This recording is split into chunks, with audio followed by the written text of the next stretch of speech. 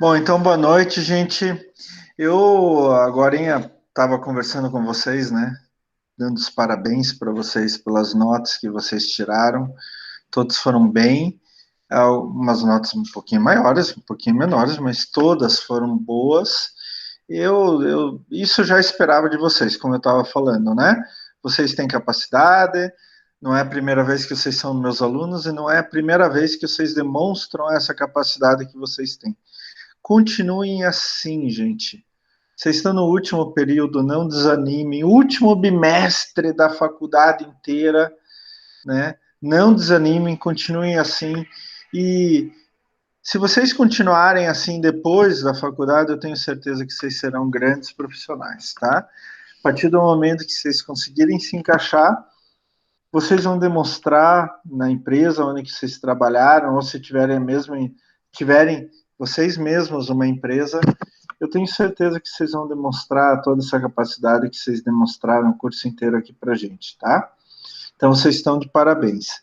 A nota está publicada lá, nota, falta, prestem atenção nisso, e do primeiro bimestre. E eu dei o feedback dos trabalhos no próprio sistema, lá tem a nota do trabalho e tem os comentários de cada um dos trabalhos, tá? Quem não olhou, olha lá, e quem já olhou, preste atenção para outras vezes, outros trabalhos que porventura aparecerem. Então, como vai ser a aula de hoje, então, vocês já devem ter visto lá no AVA, né? Hoje volta a ter atividade de frequência, tá? Semana passada não teve, porque foi prova. Então, a própria prova era uma atividade de frequência para contar presença, tá? Inclusive, deixa eu explicar para vocês. As faltas eu contei vocês fazendo atividade de frequência. Errando ou acertando, não importa. Era fazer atividade de frequência. O que é mais interessante é que quase não teve erros nas atividades de frequência da turma inteira, o que demonstra ainda mais que vocês estão prestando atenção na aula, entram na atividade de frequência e, e daí vocês têm aquele conteúdo na cabeça e fazem mais um exercício para ajudar, né? Então, de novo, meus parabéns para vocês. Eu realmente estou muito feliz com vocês, viu, pessoal? De verdade, de coração, não é puxação de saco nem nada. Eu, Klaus, estou muito feliz com vocês. Né? Vocês sabem que quando precisa eu puxo a orelha de vocês. Não tenho o mínimo problema quanto a isso, com todo respeito, amor, carinho, boa vontade e etc. Mas quando vocês merecem elogios, e a turma inteira merece um grande elogio, tá? Então, a aula de hoje vai ser assim: a gente vai começar com uma devolutiva. Eu vou passar, eu tenho a prova em um doc, vocês vão ver com a resposta certa marcada, daí eu vou discutir cada questão, o porquê daquela alternativa certa, o porquê daquela alternativa errada, né? E se vocês tiverem alguma dúvida, algum questionamento, por favor, abram o microfone e falem, tá? Lembre-se que quando eu estou apresentando algo, eu não consigo ver vocês, tá? Então eu preciso me interrompam mesmo, sem problema nenhum. Vocês sabem que podem me interromper, só não me xingar.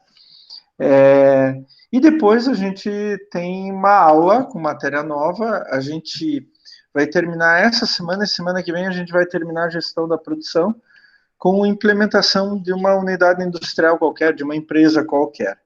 Hoje a gente vai falar da parte de localização, que talvez seja o mais importante de tudo, tá? Inclusive, a parte de localização é uma área que não só os engenheiros atuam, mas o pessoal da administração atua também, porque é muito importante a decisão sobre a localização onde vai ficar a empresa.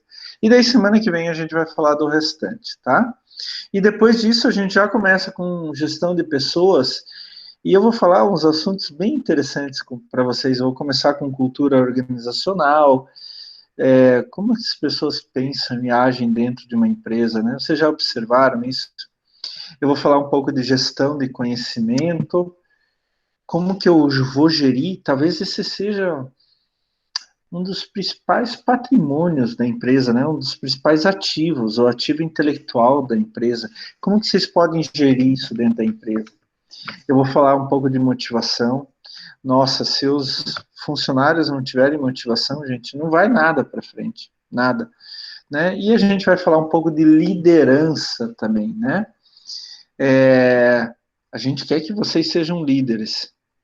E qual é a diferença entre um líder e chefe? A gente vê bastante coisa por aí no Facebook, etc., né?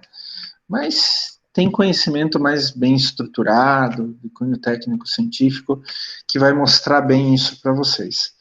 Uma coisa também que eu acho muito interessante vocês estudarem é comunicação, né? Hoje em dia a comunicação está mudando muito, o jeito de se fazer a comunicação. Inclusive agora com a pandemia se adicionou algo a mais, né? Que são as famosas lives. Então a gente não vai ter tempo para discutir isso aqui. A gente até pode marcar um outro dia, etc. Eu me disponho para vocês, eu me disponho sem problema nenhum. Mas é uma coisa muito importante que a gente tem que começar a prestar cada vez mais atenção. Então, a gente vai começar com a devolutiva, depois vai fazer matéria nova, essa semana e semana que vem ainda a gestão da produção, daqui 2 semanas a gente começa a gestão de pessoas, tá? Então, eu vou tentar compartilhar aqui a prova, avaliação global 1.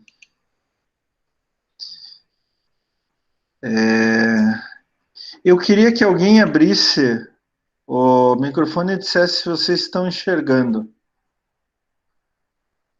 Vocês estão enxergando, pessoal? Sim. Sim, professor. Ótimo, muito obrigado, então. Então, lembrem-se novamente, qualquer coisa, vocês podem interromper aqui, só dar um grito, professor, e daí a gente tira a dúvida de vocês, tá? Então, vamos lá. A prova estava bem factível de ser feita, né? Tanto que a gente teve nota 10. Foram 10 perguntas, cada pergunta valia 6 décimos, mais o trabalho que valia 4 pontos, né? Então, a prova valia 6 pontos, o trabalho é 4. Vamos lá. Pergunta 1.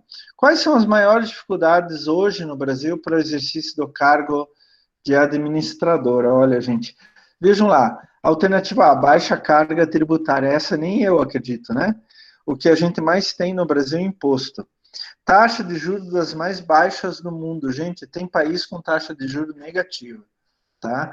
Então, assim, a nossa taxa de juros caiu bastante, mas ela ainda é uma das mais altas do mundo.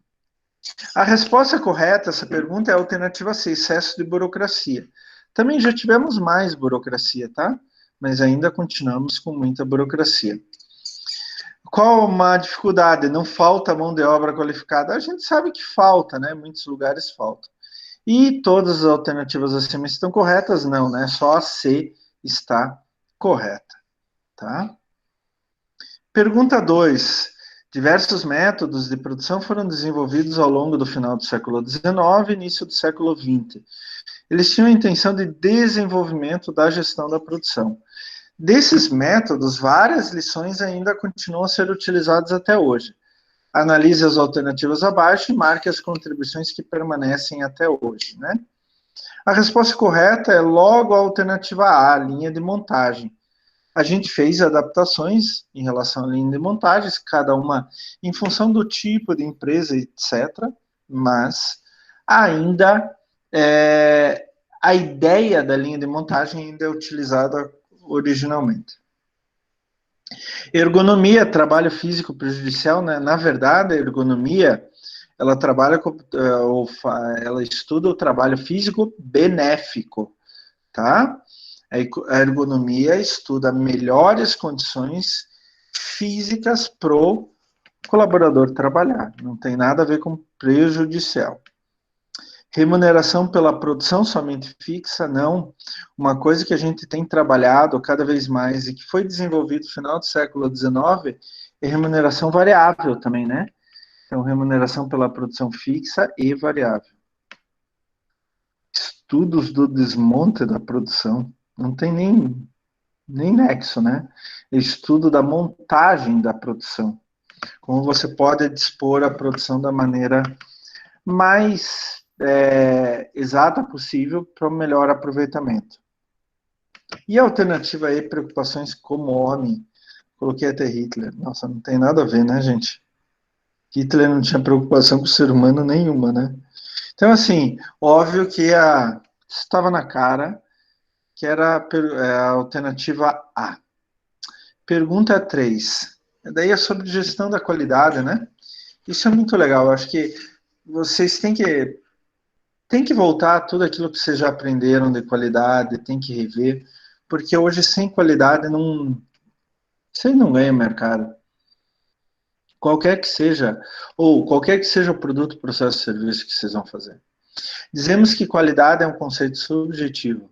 É um modo de ser, é propriedade de qualificar os mais diversos serviços, objetos, indivíduos, etc. Subjetivo por quê? Porque qualidade para uma pessoa não necessariamente significa a mesma coisa para outra. Ela está relacionada, então, às percepções de cada indivíduo.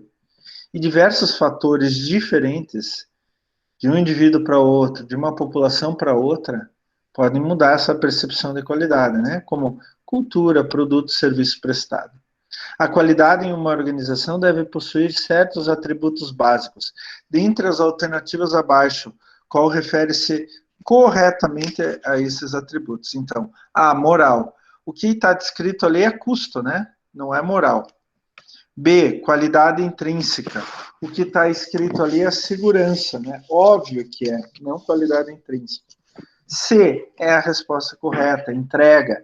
O cliente espera que seja entregue na hora certa, no local certo e na quantidade certa. D, custo, o que está descrito ali não é custo, é moral. E E, segurança, o que está descrito ali não é segurança, é qualidade intrínseca. Essa questão praticamente foi dada, né? Só prestar atenção. Eu gostaria de lembrar, gente, que na prova que porventura vocês fizeram, as questões podem estar embaralhadas entre elas e as alternativas dentro da mesma questão, tá? Então, não necessariamente a prova se apresentou dessa maneira, igualzinho como está aqui para vocês.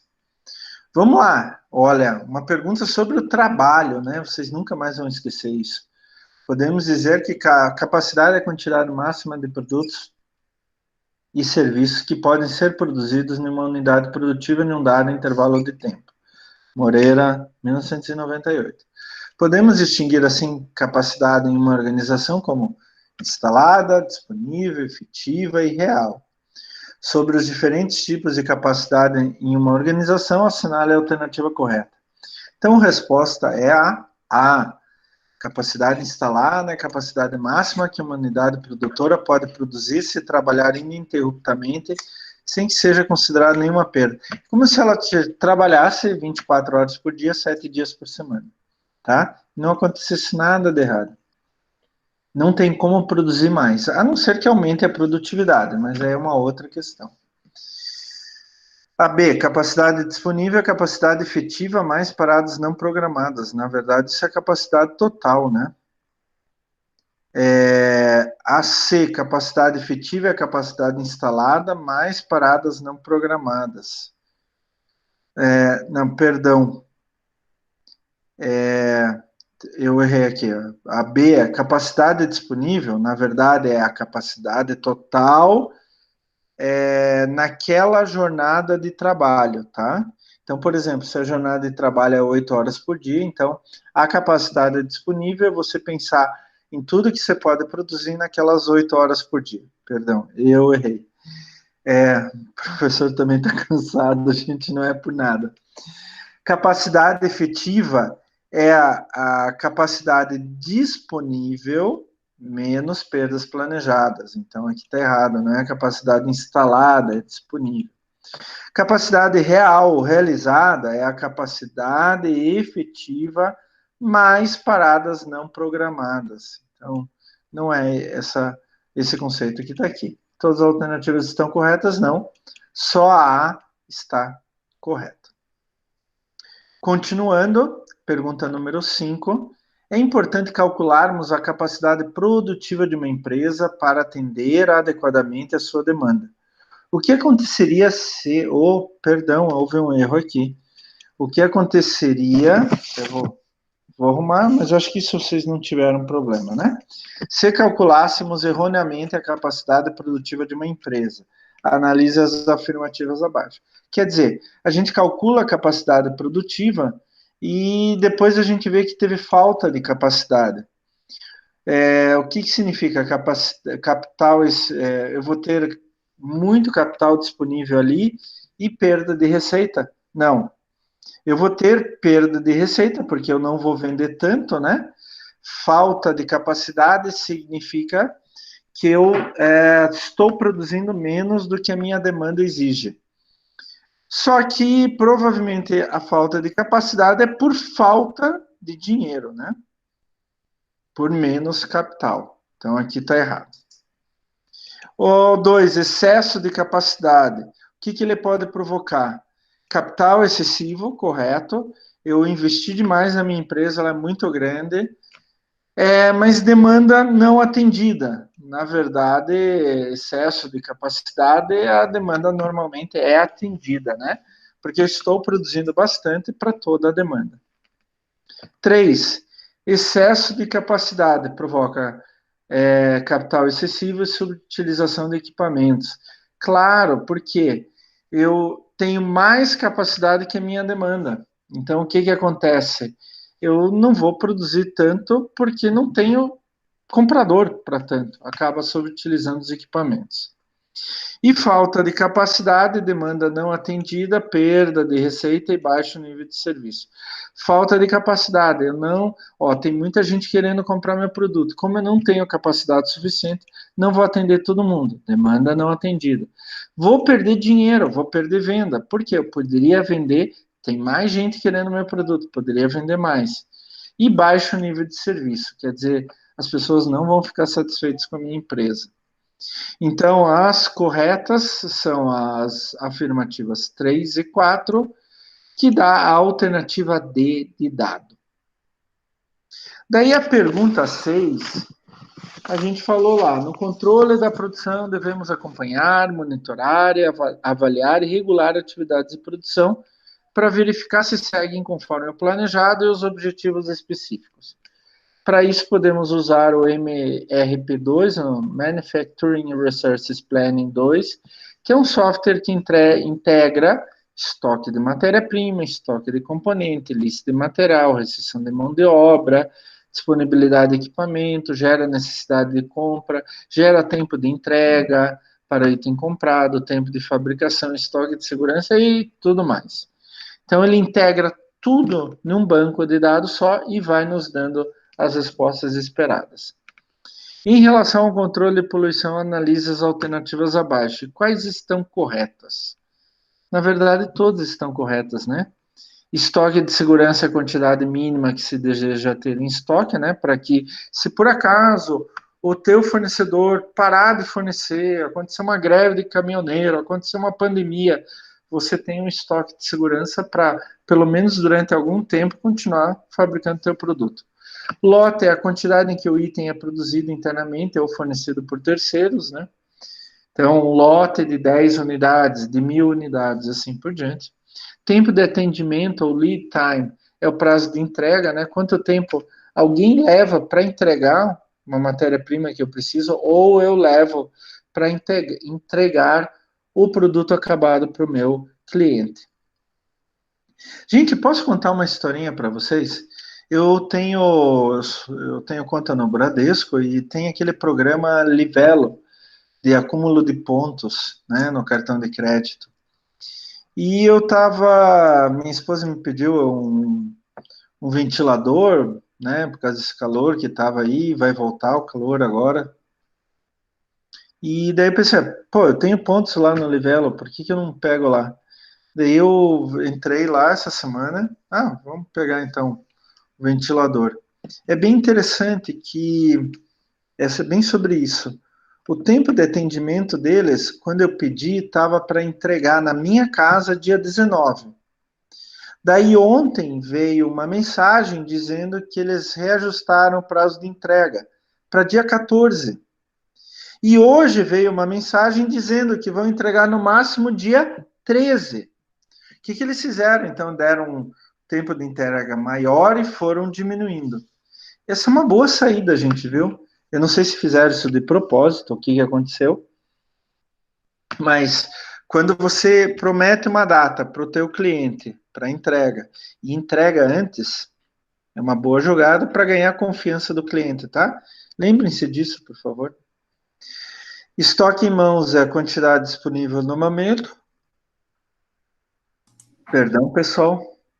E períodos consecutivos e planejamento, normalmente semanas. Mas, desculpa, professor, interromper. Eu acho, tipo, mais bonito o cara te dar um prazo longo e te entregar com antecedência do que dar um prazo, tipo, com antecedência e não cumprir. Eu concordo inteiramente com você, Michael. Inclusive, isso não gera, eu não sei se já aconteceu com você, como está acontecendo comigo agora, isso não gera uma confiança maior em relação ao vendedor Sim, quando com você certeza. compra, né? Nossa, com certeza. Tem Na Amazon, já aconteceu várias vezes de comprar, tipo, tá o prazo de uma semana para eles entregar em 2 dias, 3 no máximo, assim. Realmente dá uma satisfação você comprar. tem Exatamente. uma pizzaria que acabei de pedir uma pizza pouco antes de começar a aula. Pô, e não convida a gente. Não dá. Não, mas é assim mesmo, professor, não dá para confiar, não dá para confiar. Não dá, não. Conta, Michael, conta. Os caras colocaram o prazo de 25 minutos de entrega em casa. Pô, chegou em 10 minutos, cara. Pô, ótimo. Eu tava vendo no aplicativo, em 3 minutos a pizza já tava pronta. O troço é absurdo. Acho que eles já deixaram meio que uma linha de De montagem. montagem, né? Tem promoção, sabe? Acho que eles já deixam meio prontas as pizzas. Pô, 3 minutos já tava pronta. Daí deu, acho que 5 minutos eu recebi a mensagem dizendo que o entregador tava saindo. Tipo, 10 minutos tava aqui. E você veja só, e se a pizza é boa, vamos pegar esse exemplo. Se a pizza é boa e o preço é bem acessível, você não vai virar cliente mais frequente disso, porque você vai confiar. É essa a questão. Então, aqui eu estou fazendo devolutiva da prova, mas é legal porque a gente daí pode desenvolver mais. O lead time, tempo de atendimento é muito importante. Agora, se coloque o contrário, gente. Por exemplo, você pede uma pizza, eles dizem 25 minutos. Então, psicologicamente, você está preparado para 25 minutos. Passou 30, 40, 50 minutos, uma hora. Você tem vontade de mandar o cara da pizza para aquele lugar, né? A gente fica nervoso. Eu, por exemplo, filho do alemão, pior ainda, né, gente? Pior ainda. Vocês sabem como eu sou meio quadrado, né? Então, assim, quando vocês tiverem a própria firma, ou mesmo trabalhando em uma outra empresa, vocês vão ser diretores, vocês vão ser importantes, eu tenho certeza disso absoluta. Prestem bem atenção nisso, tá? Mesmo quando vocês estão trabalhando com fornecedores de vocês dentro da gestão da produção. Prestem atenção nisso. Porque hoje em dia, gente, como a concorrência em muitas áreas está muito grande, o que vai diferenciar vocês? Eu já falei da questão ambiental, por exemplo, mas pode ser o tempo de atendimento um grande diferencial, tá, gente? Então prestem atenção nisso. Bom, todas as afirmativas são corretas, então a alternativa correta é a I. Todas estão corretas. Vamos lá para a pergunta 7. Então, podemos caracterizar 3 sistemas de produção, né? Sob encomenda, em lotes e produção contínua. Cada um desses sistemas tem suas próprias características em relação à gestão da produção. Sobre isso, analise as alternativas abaixo e marque aquela que está correta. Então, A. Em relação ao produto, a produção por encomenda faz sempre o mesmo produto. Não, gente, a produção por encomenda sempre faz produtos específicos para aquele cliente. Eu tenho um primo na Alemanha, alemão, ele trabalha em uma empresa, ele é técnico em mecânica, tá? Ele não é engenheiro mecânico, mas ele trabalha numa empresa que faz máquinas para outras empresas. Então, eu me lembro que uma vez estava visitando eles e ele disse assim: eu estou fazendo agora, estou trabalhando numa máquina de fazer salsicha. Então, eles vão no cliente lá, além de medições, conversam, como tem que ser, qual o tipo de salsicha, tamanho, qual o material que vai usar, etc. Daí eles projetam a máquina específica, produzem, levam, instalam, testam, etc. Né?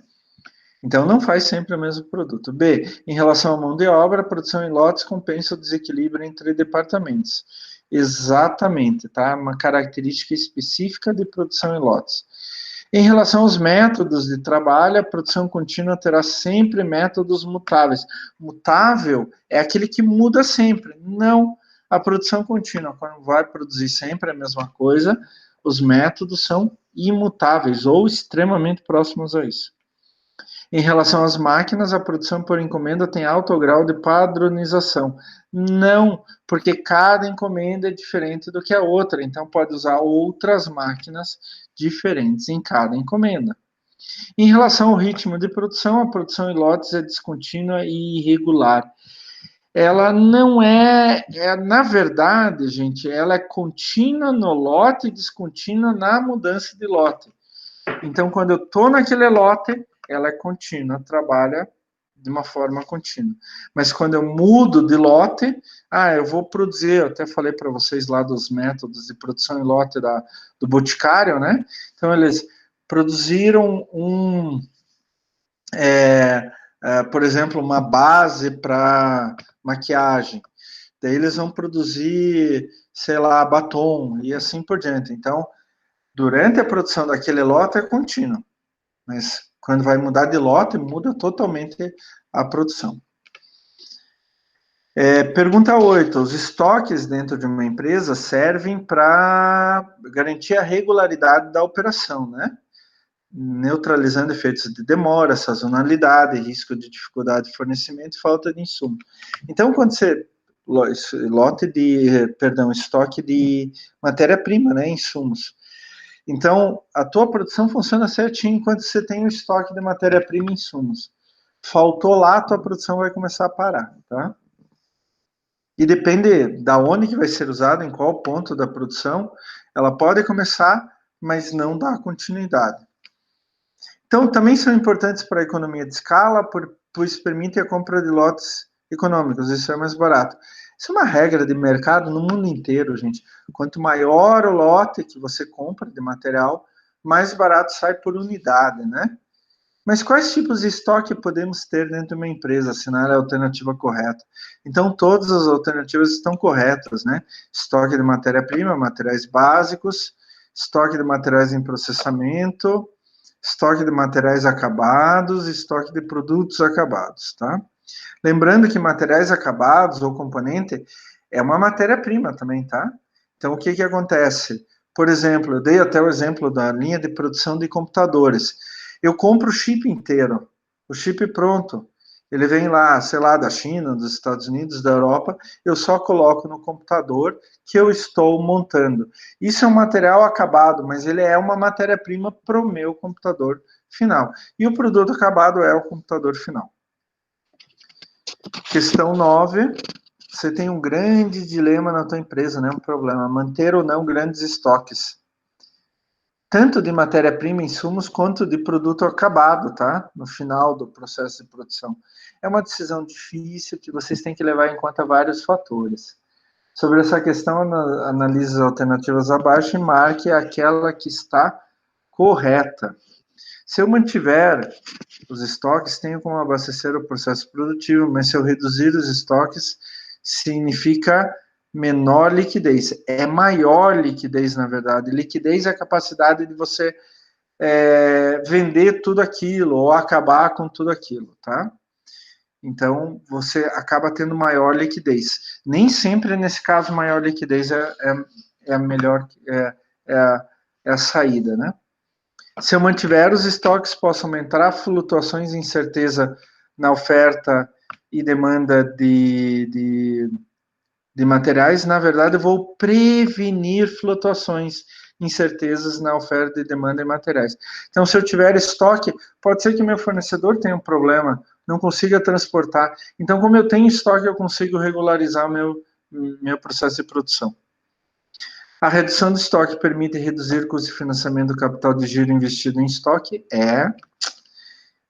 Estoque é dinheiro parado. Então, a gente diz que quanto menos estoque, menos dinheiro parado eu tenho, tanto no começo lá de insumos e matéria-prima, quanto no final de produtos acabados. Mas, em compensação, eu estou menos protegido para flutuações e incerteza na oferta e demanda, né? Eu vou ter outros problemas. Reduzir estoque significa que eu tornaria o processo de produção mais complexo, dificultando sua gestão. Na verdade, ele é menos complexo, né, mais simples e facilitando sua gestão, porque eu não tenho tanto material para guardar e controlar. E manter estoque faria com que eu tivesse menos perdas por obsolescência, né? Passar do tempo, aquele produto não presta mais. Obsolescência de materiais. Se eu manter o estoque, eu tenho maior perda por obsolescência. Alguma coisa pode ficar 2 anos no meu estoque e não serve mais, tá? Então, a resposta correta aqui é a C. E, finalmente, a última pergunta, né? Os componentes do sistema logístico são de extrema importância para que o mesmo funcione de forma correta e traga benefícios à empresa e aos consumidores. Então, a última parte que a gente falou lá de logística, né? Sobre esses componentes, assinale a alternativa correta, né? É logo a letra A. Cadeia de fornecedores abastece o processo produtivo. Unidade de manufatura, transporte de materiais e produtos acabados. Na verdade, essa interface entre fornecedores de manufatura e consumidores. Cadeia de consumidores, etapa, matéria-prima em produtos acabados. Isso, na verdade, é unidade de manufatura. Interface, etapas, matéria-prima e produto acabado. Na verdade, isso é unidade de manufatura, né? Todas estão corretas? Não. Só a A está correta. Então, pessoal, essa foi a nossa prova. Alguém tem alguma dúvida, algum questionamento? Quer anular alguma questão? Alguém tem algum problema com alguma questão, pessoal? Tá tudo, professor. Tá tudo certo? Falem agora ou se calem para sempre. Última chance.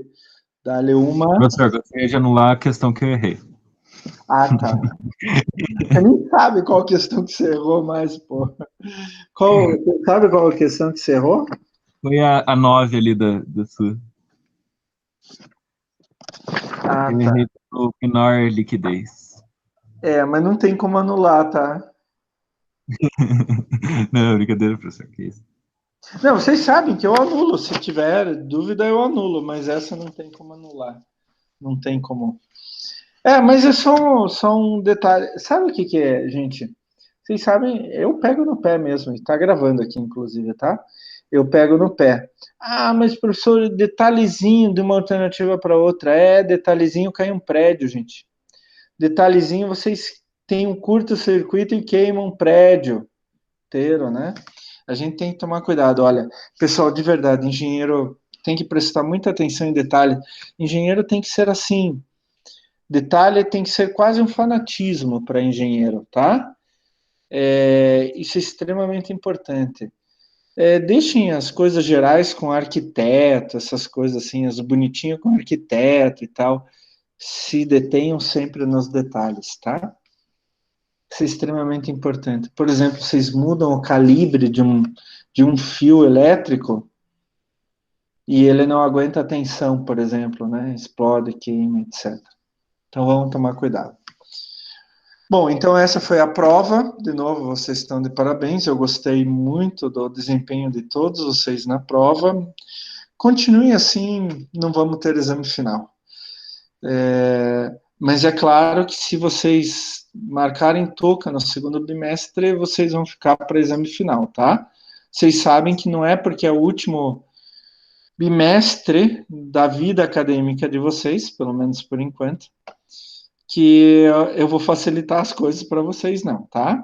Então prestem muita atenção. Vocês vão ter o projeto integrador. Acho que vão ter o projeto integrador, né? Acho que vão, né? Não sei se o Gelson já falou. Não sei, professor, se esse semestre tem. Eu também não sei, gente. Eu também não sei, até por isso que perguntei para vocês. Mas em todo caso vão ter prova comigo, trabalho comigo e talvez o projeto integrador. Então, tomem cuidado, mas vocês estão em um excelente caminho e eu de verdade estou muito feliz com vocês, tá? Guilherme nem fala nada, né? Só porque ele tirou 10. Ô, Guilherme Não tratante. tem o que falar, né? Esses aí que ficam tirando 10, tá louco? Ficam se achando depois, tá louco? Eu não falei nada. Pois é, eu vou procurar um pontinho lá para tirar. Não, Tô brincando. Tô brincando, Guilherme. Dá Meu uma Deus. conferida nas letras do nome dele, professor. Quem sabe ele esqueceu. Vocês sabem que uma vez eu errei no colégio, numa prova de matemática, errei meu nome, né? E o professor foi entregar a prova e falou assim: esse cara nem o nome acerta, pô. O tempo que não tinha nada politicamente correto, né? Na sociedade brasileira. Bom, vamos lá. Então, hoje a gente vai dar matéria nova, vamos aproveitar esse tempo que a gente ainda tem e vamos conversar sobre implantação de uma unidade industrial. Perdão, apertei alguma coisa aqui que não devia. Tá aqui. Deixa eu ver. Bom, tá aparecendo o slide para vocês? Tá, certinho, professor. Ótimo. Então, a gente vai falar sobre implementação de uma unidade industrial, qualquer que seja. A gente pode ser até loja, tá? Pode ser até loja. Isso que a gente vai falar hoje pode ser até loja, tá? Semana que vem a gente vai falar um pouco mais específico sobre a parte industrial, mas hoje que a localização pode ser qualquer coisa. É claro que os métodos que eu vou mostrar aqui para vocês são normalmente para unidades industriais, tá? Então a gente vai falar implementação da unidade industrial, primeira parte, a parte sobre localização, né? A gente diz que a localização é você determinar aonde que vai ser implementada aquela unidade industrial, tá? Aí eu estou falando da unidade industrial chão de fábrica. A sede administrativa não precisa ser no mesmo local, tá? E muitas vezes não é no mesmo local. Vou dar um outro exemplo lá do Boticário, né? O Boticário tem a fábrica lá na Avenida Rui Barbosa, né? Acho que se chama, lá em São José dos Pinhais. Essa unidade industrial, ela é bem grande. Só que a sede administrativa deles é perto da Rodo Ferroviária, ali, do lado do Afonso Camargo, um prédio bem bonito, tal. Eu nem sabia que era ali, eles até que me falaram. Então, mas tem gente da administração em São José. Claro que tem. Aqueles que são mais ligados diretamente ao chão de fábrica. Agora, chefões, diretores, etc., ficam na sede ali perto da Rodo Ferroviária, tá? Então, onde que eu vou implementar a minha unidade industrial? É isso que se chama localização. E a gente tem que tomar cuidado, pessoal, porque é o seguinte, a gente não vai fazer porque a gente acha bonitinho, né? Por que é importante a gente determinar bem certinho a localização de uma nova empresa, né? Então, em primeiro lugar, a gente vai criar uma nova empresa, né? Então ela precisa ter uma localização correta. A gente pode ampliar a área de atuação de uma nova instalação. Dependendo aonde a gente vai localizar essa nova empresa, ela pode atender a mercados que antes não atendiam, né? Promover a mudança de local de uma instalação atual, né? Isso é muito importante, porque algumas vezes por exemplo, a instalação atual está muito velha, ou está num lugar onde que agora é dominado por residências, daí tem que sair dali. Um primo meu, o meu tio tinha uma fábrica de vinagre ali no AU, perto do Parque São Lourenço. Mas a fábrica de vinagre, eu não estou brincando para vocês, meu tio criou há quase 70 anos atrás. E ela ficou 50 anos no mesmo lugar. A minha tia, que já morreu, ia ter agora 90 e poucos anos, 94, 95 anos ia ter minha tia, meu tio também. A minha tia dizia assim que quando eles construíram lá, Mateus Leme, era de saibro, gente. Então, naquele tempo, há quase 70 anos atrás, era um local ótimo para a indústria. Agora você vai ali, é só casa, aquilo virou uma área residencial. Então, eles tiveram que fechar a indústria. Eles até estavam pensando em mandar para outro lugar e tal, mas eles acabaram fechando definitivamente. É importante a localização, decidir bem a localização, porque é uma decisão de longo prazo, né? Você não vai gastar milhões numa empresa para ficar 2, 3 anos ali. Por isso é um alto investimento. e tem um impacto direto nos custos da produção. Então, o que entra na produção? Mão de obra, entra imposto, entra matéria-prima, entra insumos. Se eu consigo um lugar onde que o imposto é menor, a matéria-prima é mais barata, a mão de obra é mais barata, eu vou ter um menor custo de operação, tá? Então, eu vou conseguir manter meus custos mais baixos, vou aumentar meu lucro. Se lembrem lá de gestão financeira, tá?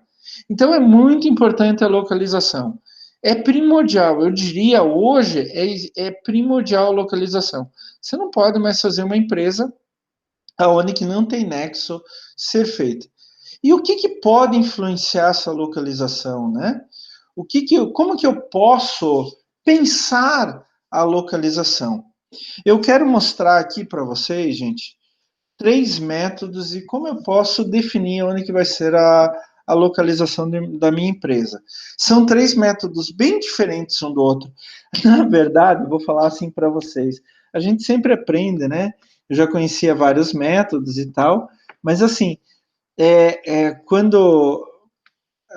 até quando eu fui preparar a aula para vocês, é uma coisa que eu nunca me toquei, mas os métodos para você definir a melhor localização da tua empresa são tão distantes um do outro, mas são tão distantes que eu diria para vocês, usem mais de um método para definir onde que a empresa de vocês vai, onde que ela estará localizada, tá?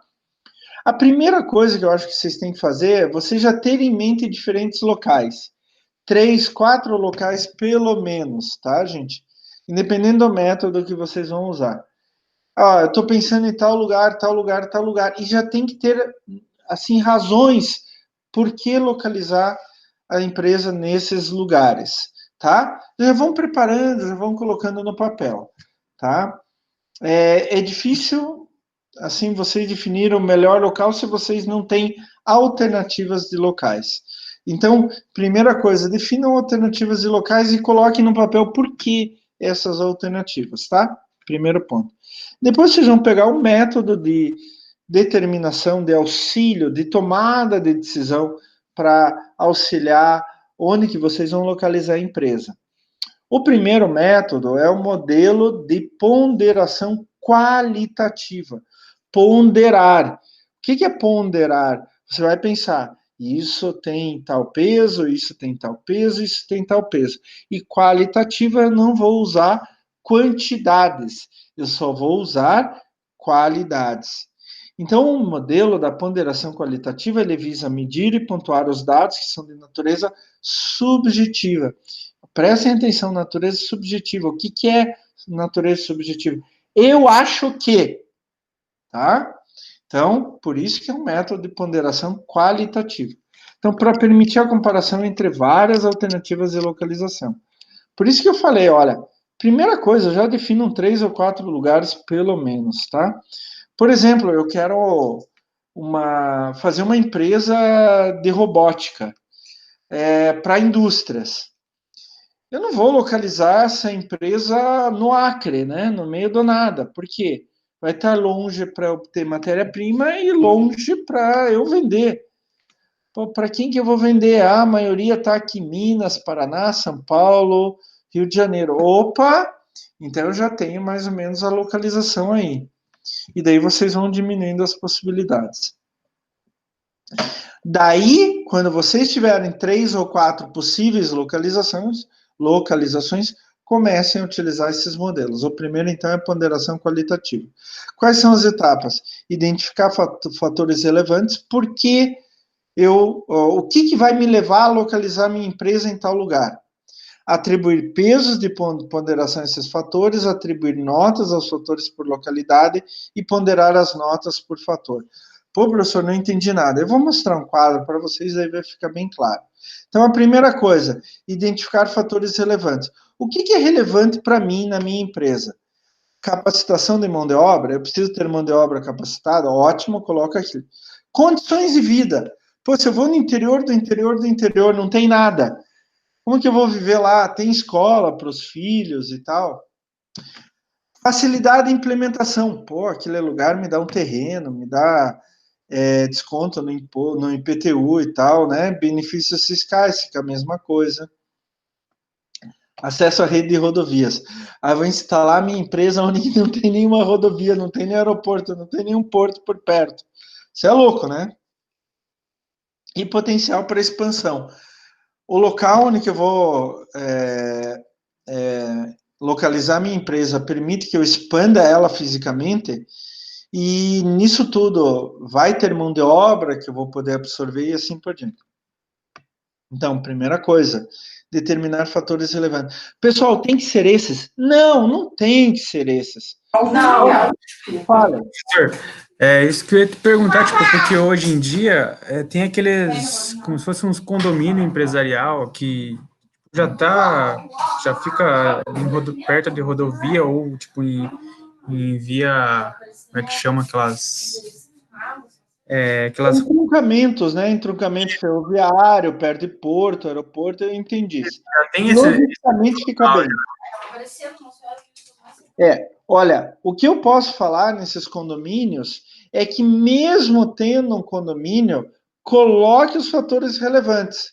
Eles podem mudar no teu caso, né? Mas mesmo tendo condomínios, coloque fatores relevantes. Não precisa ser esses.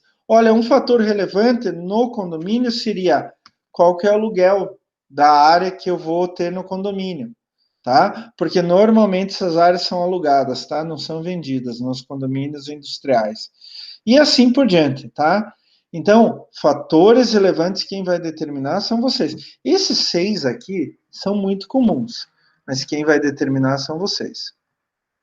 Depois, olha lá, atribuir peso e ponderação aos fatores. Então, eu pego, por exemplo, eu tenho 3 locais e vou determinar o peso de cada um desses itens depois para cada local. Então, a primeira coisa, determinar o peso geral para cada um dos itens. Vocês podem fazer assim, a soma é 10. Quanto vale a capacitação de mão de obra dentro desses 10? Condição de vida, facilidade de implementação, benefício fiscal, acesso à rede de rodovias, potencial para expansão. Ah, eu não quero expandir, não tenho que expandir. Então aqui é 0, ou nem coloca na lista aqui, tá? E assim por diante. Mão de obra capacitada para mim é primordial. Então de 0 a 10, mão de obra para mim é 5. E daí eu vou ter outros 5 para dividir no restante, tá? Então, primeira coisa, eu vou dar um peso para cada um desses, tá? Vejam só, no caso de vocês no bimestre, a prova tinha peso 6, o trabalho peso 4. Por quê? A prova é mais importante que o trabalho. Então, ela ganha um peso maior, tá? Eu determinei os pesos, agora eu vou dar as notas aos fatores por localidade. Então, na localidade A, nota, por exemplo, aqui pode ser de 0 a 10 de novo, tá? Mas daí cada um é de 0 a 10, cada um é de 0 a 10, cada um é de 0 a 10. 0 é pior nota, né? Ou aqui eu não preciso, e 10 aquilo que é extremamente primordial. Então, naquele local, não tem mão de obra, 0. Vou ter que importar toda a mão de obra. Condição de vida, 0. Facilidade de implementação, opa, nota 8. Benefício fiscal, não preciso pagar nenhum imposto, nota 10. Está do lado de uma rede de rodovias, nota 10. Tem potencial para expansão, nota 10. E daí a mesma coisa eu vou fazer com o local B e com o local C. E daí eu pego essa nota que eu dei para cada um e multiplico pelo peso. Então, se aqui era peso 5 e a nota foi 0, 5 vezes 0 dá 0. Então, aquele local em relação à capacitação de mão de obra, para mim é 0. Tá? E assim eu vou fazendo com cada um deles. O local que der a maior nota, N vezes P, N vezes P, N vezes P no total, é o local, teoricamente, por esse método, melhor para vocês instalarem a empresa de vocês. Tá? Quais são as vantagens desse método? Ele considera fatores qualitativos na localização. Então, por exemplo, condição de vida é totalmente qualitativa, né? Facilidade pela implementação pode ser como pode não ser. Ele faz uma comparação quantitativa dos fatores qualitativos entre vários locais, porque eu dou um peso e dou uma nota e multiplico os dois. Então, eu transformo algo que era totalmente qualitativo, eu transformo em quantitativo. A metodologia é simples de ser entendida, não tem crise nenhuma e serve como um checklist, né? Uma lista de verificação para fatores que eu preciso ter, fundamentais, mas que poderia nem me tocar disso, né? Desvantagem. Escala de notas pode não mostrar as diferenciais de custos entre as localidades. Por quê? Uma das coisas é que eu não coloquei tudo, né? Eu não coloquei custo de matéria-prima, transporte de matéria-prima, transporte de produto acabado, etc. Mas eu acho que a pior desvantagem, gente, é a atribuição de notas e pesos, porque isso tem muita subjetividade e interpretação pessoal. Pode ser para mim que condição de vida seja extremamente primordial. Ah, mas o outro tem 18 anos de idade, vida louca, qualquer lugar ele vai, ganhando dinheiro tá bom. É subjetivo. Tem muita interpretação pessoal aí. Agora, outras coisas, como benefício fiscal, não é interpretação pessoal. Talvez no peso aqui, mas na nota não é tanto. E exige grande experiência definir quais fatores devem ser considerados. Tanto os fatores quanto os pesos e as notas, né? Não é qualquer um que pode fazer isso daqui. Tem que ter uma pessoa com muito conhecimento, muita experiência para fazer isso. Mas é um método bem simples, tá, gente? Bem simples. O segundo método é um pouco mais complexo, mas não é tão complicado. É o modelo do centro de gravidade. O modelo do centro de gravidade, ele é assim, imagine, né? A gente é engenheiro, né? Nós somos engenheiros. Centro de gravidade de um corpo, né? Conforme o movimento, o centro de gravidade pode mudar.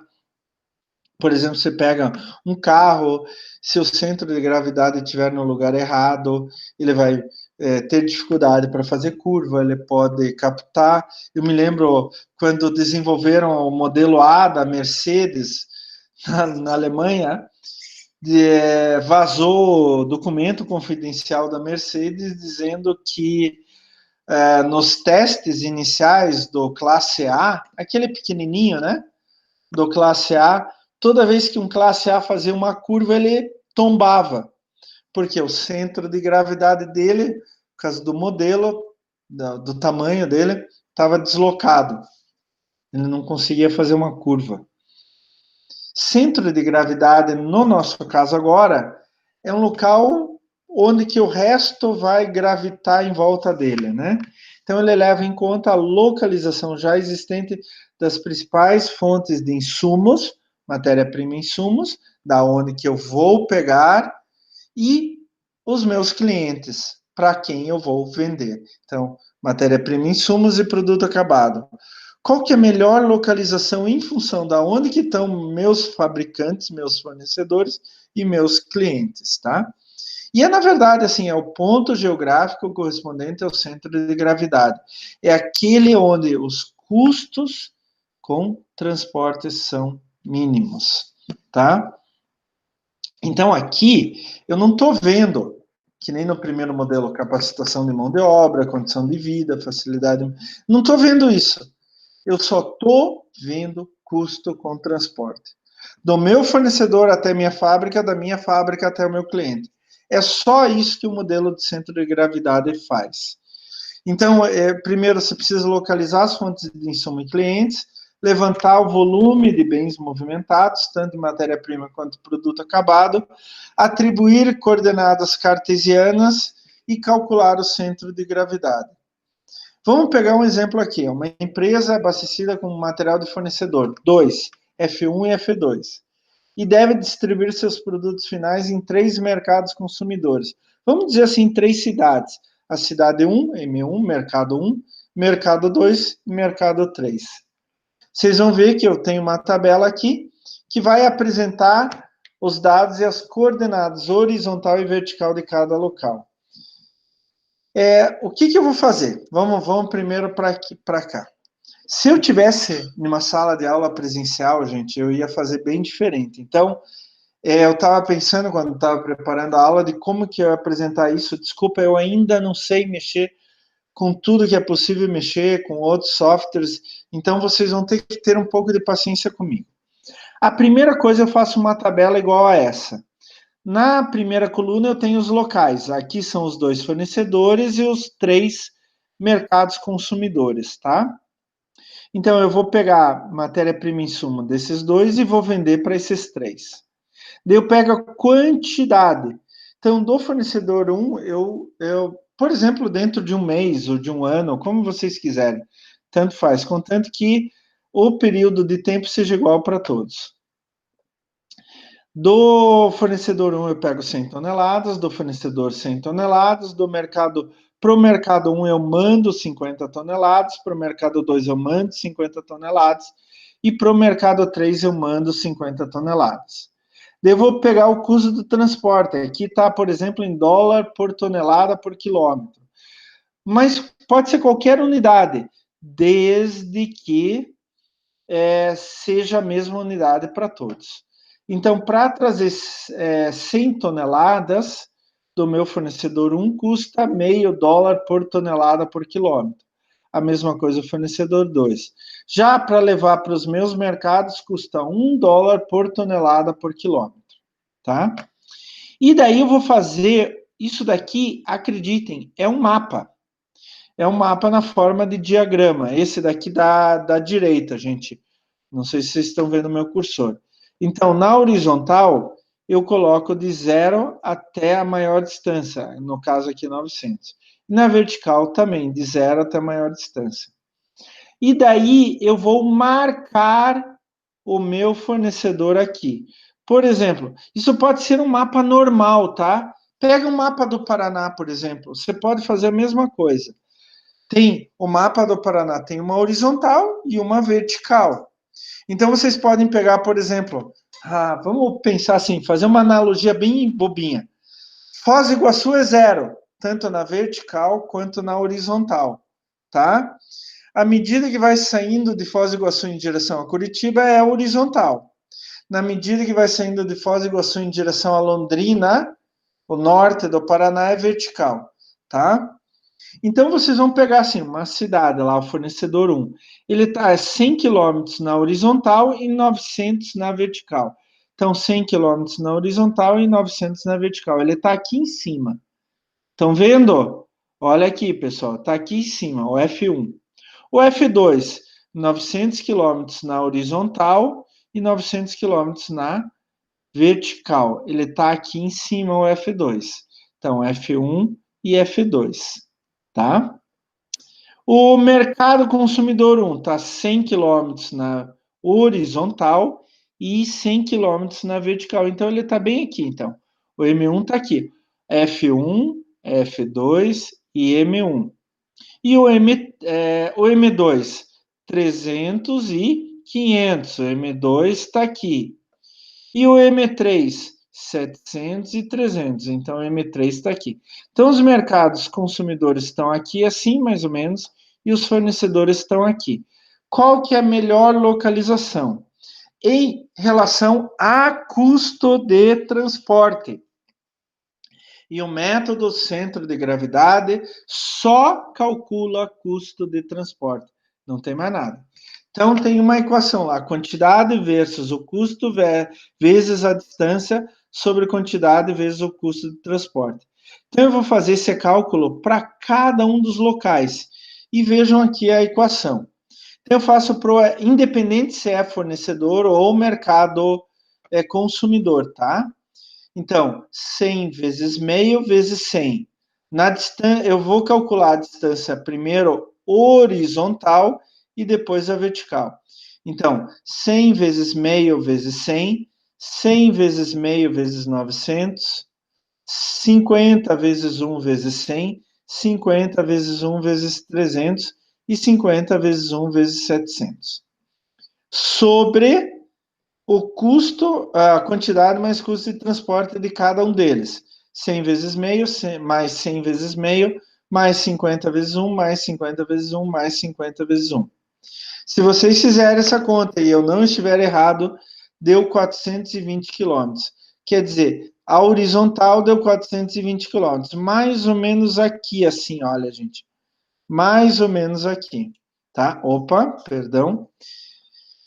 Se eu fizer a mesma coisa pro vertical, então ficaria 100 vezes meio vezes 900, 100 vezes meio vezes 900, 50 vezes 1 vezes 100, 50 vezes 1 vezes 500 e 50 vezes 1 vezes 300, sobre 100 vezes meio, 100 vezes meio, 50 vezes 1, 50 vezes 1 e 50 vezes 1.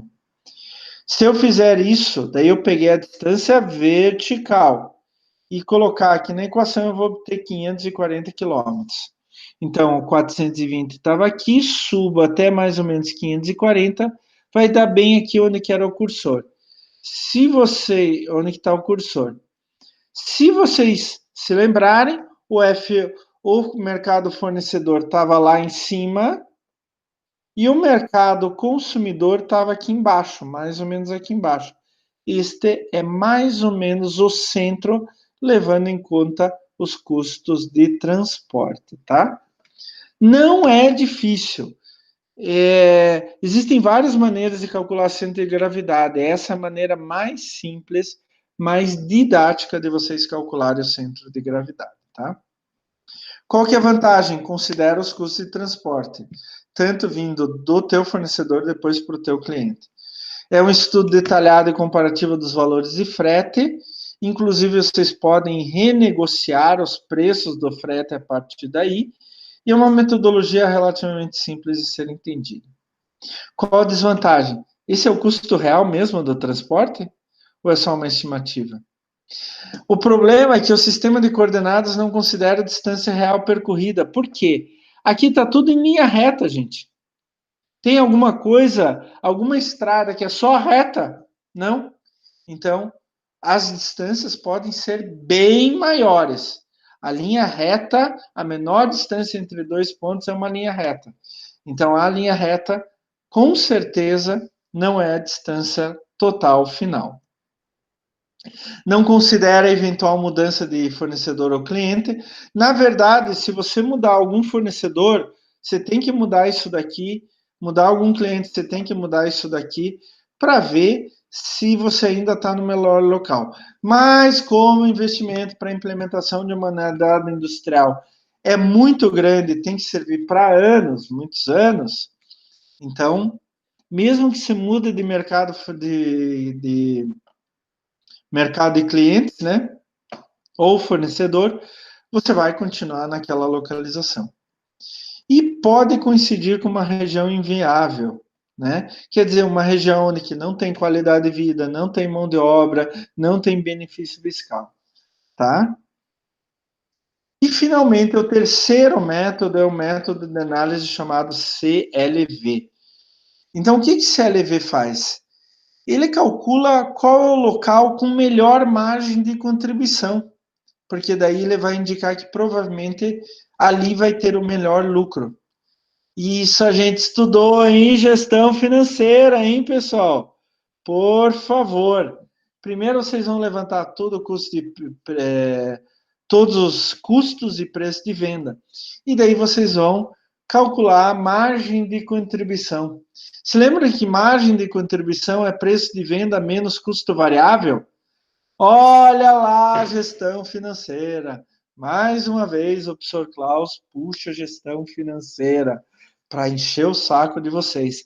Gente, não achem que gestão de produção não está ligado à gestão financeira. Se vocês acharem que não está ligado, que são duas coisas independentes, a empresa de vocês vai falir, tá? Então, vocês vão calcular, digamos que eu tenha 3 locais, vocês vão calcular o preço de venda e custo variável para cada um dos locais, e daí vocês, a partir disso, calculam a margem de contribuição. quanto maior a margem de contribuição, é provavelmente maior o lucro de vocês, tá? Custo fixo dificilmente muda, mas custo variável pode mudar bastante.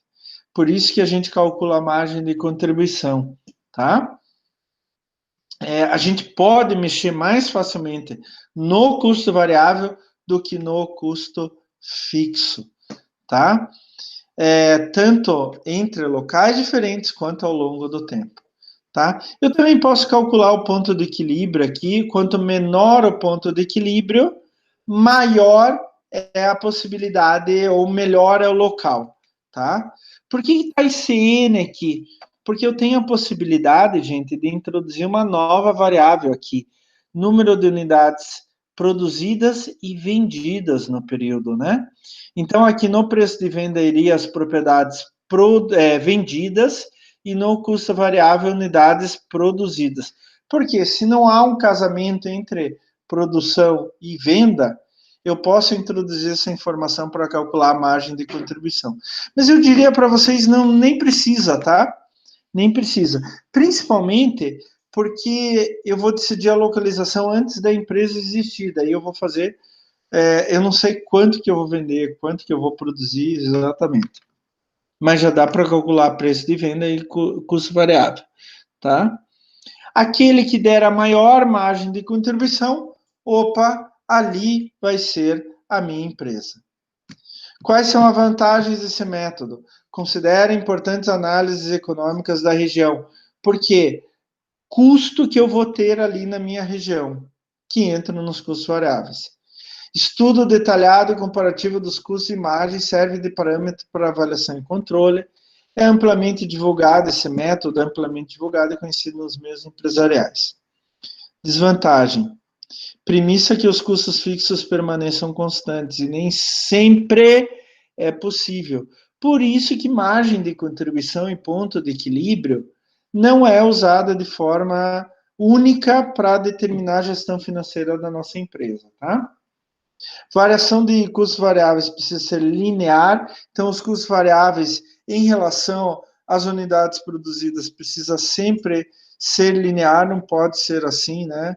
Não pode ser cheio de curvas. Então, à medida que eu aumento uma unidade produzida, eu aumento uma unidade no custo variável, assim por diante. Depende da curiosidade da previsão da demanda. Então, como eu estou falando aqui, previsão, preço de venda, custo variável, depende de quanto que eu vou vender, né? Então, eu preciso, isso daí eu puxo lá no gestão financeira de novo, sistema orçamentário e orçamento de vendas. Se lembram quando a gente falou orçamento de vendas? Olha só, gente, nem eu me tocava. Quando a gente falou de orçamento de vendas, a gente tem que fazer uma previsão de quanto a gente vai vender, né? Para fazer orçamento de vendas, depois fazer orçamento de produção, orçamento de custos. Então, eu preciso prever certinho como vai ser a minha produção. E dificuldade de aplicação para empresas produtoras de grande variedade de produtos, né? Porque daí eu vou ter preço de venda e custos variáveis aos montes, e daí eu vou ter que fazer uma média entre eles. Esse método é muito bom quando só tenho um produto para vender, tá? Deixa eu voltar aqui. Pessoal, mostrei assim, rapidamente, 3 métodos. Ponderação qualitativa. Só pega fatores relevantes. Eu dou um peso, dou uma nota, multiplico o peso pela nota. A localidade que tiver a maior nota final aqui total é a melhor. Olha só o que ele pede, né? Com mão de obra, condições de vida e tal. O segundo método foi centro de gravidade. Ele só usa custo de transporte, tá? Então, o que o centro de gravidade pensa assim? A melhor localização da minha empresa é onde que o custo de transporte for menor. Mas tem outras coisas também, né? O centro de gravidade só vê custo de transporte. E o CLV? O CLV calcula só margem de contribuição, que é baseada em preço de venda e custo variável. Principalmente o custo variável depende de local para local. Então, aquele local onde eu tiver o menor custo variável, vou ter a maior margem de contribuição, se o preço for igual em todos, né? O preço de venda. Então, aquele é o melhor local, porque ele vai provavelmente proporcionar melhor lucro. Mas não está vendo nada de custo de transporte. Não está vendo nada de benefícios fiscais, ou qualidade, ou quantidade, mão de obra qualificada, qualidade de vida, etc. Professor, qual que é o melhor método, então? O que vocês acham? Eu quero uma opinião de vocês. Falem. Desses 3 métodos, o primeiro vê um monte de fator relevante, dá um peso, dá uma nota, multiplica os dois. O segundo faz por custo de transporte. E o terceiro, margem de contribuição. Esse terceiro pode ser por ponto de equilíbrio também, tá? Não só margem de contribuição. O que vocês acham que é o melhor, gente, desses 3 métodos? Hein? Eu acho que é o ponto de equilíbrio, professor. O último aqui, o CLV, margem de contribuição e ponto de equilíbrio? É isso? Isso. Eu acho que esse é o mais importante. Alguém mais tem alguma coisa a falar? Ninguém? Então eu diria para... Fale, Guilherme. Opa. Concordo com o Marco também, acho que é o terceiro. É o terceiro. Uhum. Deixa eu até sair aqui e voltar para vocês aqui. Eu vou dizer o seguinte para vocês, gente. Cada um tem suas vantagens e desvantagens. Cada um vê sob uma ótica diferente. O que eu faria se fosse vocês? Usaria mais de um método. A primeira coisa que eu falei ali no comecinho da matéria, a primeira coisa, você já tem que ter em mente 3 ou 4 localizações. Isso são vocês que vão decidir, tá? Pode ser por diferentes fatores. Ah, eu simpatizo. Ah, eu já moro aqui. Ótimo, pode ser. Pega 3 ou 4 localizações básicas. Pode ser até mais, 5, 6, 10 localizações básicas. Não tem problema, mas já definam. E apliquem essas 10 localizações básicas nos 3 métodos. Se uma localização ganhar nos 3 métodos, sem dúvida, aquela localização é a ideal. Ah, mas professor, então se uma localização ficar em primeiro em um, terceiro no outro e quinto no outro, daí vocês escolhem. Se uma fizer segundo, segundo, segundo, e a outra fizer primeiro, quinto e décimo, pega a que foi segundo, segundo, segundo, tá? Então, olha, uma lição que eu quero que vocês levem. Para decidir a localização, primeira coisa, já tem um rol de prováveis localizações, tá? E apliquem mais de um método, para vocês terem certeza. Então, lá, o primeiro método é extremamente qualitativo e pode pegar vários fatores, vocês podem fazer 20, 30 fatores. Só que qual é o problema? A ponderação, o peso e depois a nota que vocês vão dar. Tem que ser muito honesto e tem que ser muito claro, tá? O segundo método, ótimo, hoje a gente tem que ver a questão de logística, mas eu posso também ter centros de distribuição em outros lugares, não posso? Mercado Livre está fazendo um centro de distribuição gigantesco em São Paulo.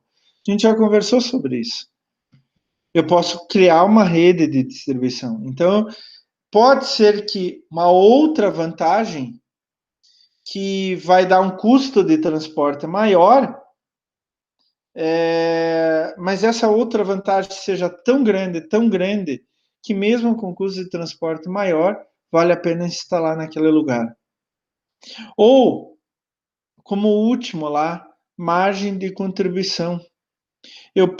Pode ser que eu tenha um lugar com margem de contribuição alta, mas vocês veem que não pega transporte, né, na margem de contribuição, não entra nesse custo. Posso até fazer entrar nesse custo, mas normalmente não se faz. Pode ser que a margem de contribuição dê um local muito longe, onde que não tem condição, ou é muito caro transportar até o mercado consumidor. O que eu tenho que fazer? Eu tenho que trabalhar com mais de um método de localização. Não tem só esses 3 que eu mostrei para vocês, prestem atenção. Tem muito mais. Mas esses 3 são os mais comuns e mais simples de se fazer e de se entender. Hoje existe até métodos estatísticos, com estatística inclusive bem complexa, para tomar essa decisão de localização. Mas eu acho que não vale a pena, tá? Dica do professor Klaus para vocês: façam mais de um método, de preferência os 3 métodos, e daí veja qual foi a localização melhor. Mas nunca estejam presos a poucas localizações. Tenha uma maior abertura possível para a maior quantidade possível de localizações. Tá, gente? Então, assim, primeiro passo para implementar uma empresa, a localização, tá? Se vocês não localizarem bem a empresa, vocês vão ter problemas. Olha, lá naquele primeiro método, um fator relevante pode ser construir a empresa naquele lugar. Algumas vezes a empresa é tão longe de tudo que você tem que fazer uma estrada, você tem que levar energia elétrica. Isso tudo você pode colocar em um fator relevante. Algumas vezes outro local não tem benefício fiscal, mas a estrada ali do lado tem energia elétrica até na porta, tem asfalto na porta. Tudo isso vocês têm que levar em conta. É claro, pessoal, assim, você pega, por exemplo, eu fiz o meu doutorado lá na Klabin Telêmaco Borba. Vocês conhecem Telêmaco Borba? É no fim do mundo um pouquinho depois, gente. Aquilo é no fim do mundo mesmo. Só existe Klabin Telêmaco Borba, inclusive. E agora a Klabin investiu acho que 7 ou 10 bilhões de dólares lá para aumentar a fábrica. Mas por que eles fizeram isso? Primeiro lugar, no meio do nada, mas não é tão no meio do nada assim. Está o quê? No máximo 500 quilômetros de um dos maiores portos do Brasil, Paranaguá. Um pouquinho a mais de Santos. Menos de 1.000 quilômetros de Santos. Né? Opa, a Klabin exporta bastante. Mas tem um fator que foi muito, muito, muito importante para a Klabin. Ela pode produzir madeira para fazer papel num lugar onde foi muito barato para ela comprar. Ela comprou quase de graça aquilo. E uma quantidade imensa de área para plantar. E ela localizou a fábrica do lado das plantações de pinos e eucaliptos. Então, o custo do transporte da plantação até a fábrica é quase zero. Ela vai transportar madeira, que tem baixo valor agregado, que é o mais barato de tudo, por um custo muito, muito baixo. Mas o porto está longe, professor. Mas o que ela vai transportar para o porto? Papel, que tem um valor agregado muito maior do que a matéria-prima dela, madeira. Então, por mais que o mercado consumidor esteja longe, aliás, não está tão longe, onde são os maiores parques gráficos? São Paulo. A Klabin está bem perto de São Paulo. Está no máximo 300, 400 quilômetros de São Paulo. Tá? E a região metropolitana. Curitiba tem um parque gráfico grande, também 300 quilômetros de Curitiba. Londrina deve estar aos 200 quilômetros de Londrina. Então, a Klabin não está tão longe do mercado consumidor, mas está do lado do mercado fornecedor. Tá? E foi um custo muito baixo para ela obter toda aquela área, incentivos fiscais, etc, etc. Então, assim, mas qualidade de vida. Os diretores que moram lá, gente, a cidade é muito ruim. Aquilo fede, por causa da própria fábrica e tudo mais, tá? Mas eles têm escritórios aqui em Curitiba também, né? Então, o chefão, ou em São Paulo. Klabin, na verdade, é sede em São Paulo, né? Sede geral da Klabin em São Paulo, tá? Mão de obra. eles fizeram um convênio lá com instituições lá de Telêmaco Borba para formar mão de obra. Então, eles têm que formar a própria mão de obra. Então, eles fizeram, já há muito tempo atrás, um grande balanceamento para ver, por mais de um método, para ver onde que seria a melhor localização. Para uma fábrica de papel e celulose, conta muito o preço do terreno. Não do terreno onde que vai ser a fábrica, mas o terreno onde que eles vão plantar madeira, né? Para depois produzir o papel. Prestem muita atenção nisso, tá? Então, sempre quando forem decidir alguma coisa, mais de uma localização. Eu até diria assim, a parte de localização dá para aplicar fácil também em loja e outras coisas menores, tá? Mas para uma indústria é primordial. Pessoal, alguma dúvida? Algum problema? Não, Então, ó, eu diria até depois, gente, peguem aquele probleminha do centro de gravidade e refaçam ele, tá? Qualquer dúvida, vocês entrem em contato comigo. A aula que vem a gente pode rever isso. Mas com essa explicação, não é muito difícil. Eu só queria que vocês refizessem para treinar um pouquinho, tá bom? Isso é muito importante. Atenção, hein? Para um bom entendedor, meia palavra basta. Isso é muito importante, tá? Pessoal, de novo eu queria agradecer a presença de todos na aula de hoje, né? Semana que vem teremos mais aula. Não se esqueçam de fazer atividade de frequência para não ganharem falta, por favor, tá?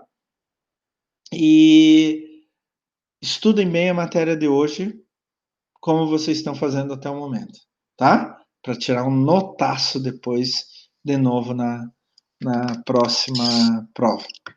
Certo, pessoal? Vamos lá? Vontade? Vamos? tranquilo, professor.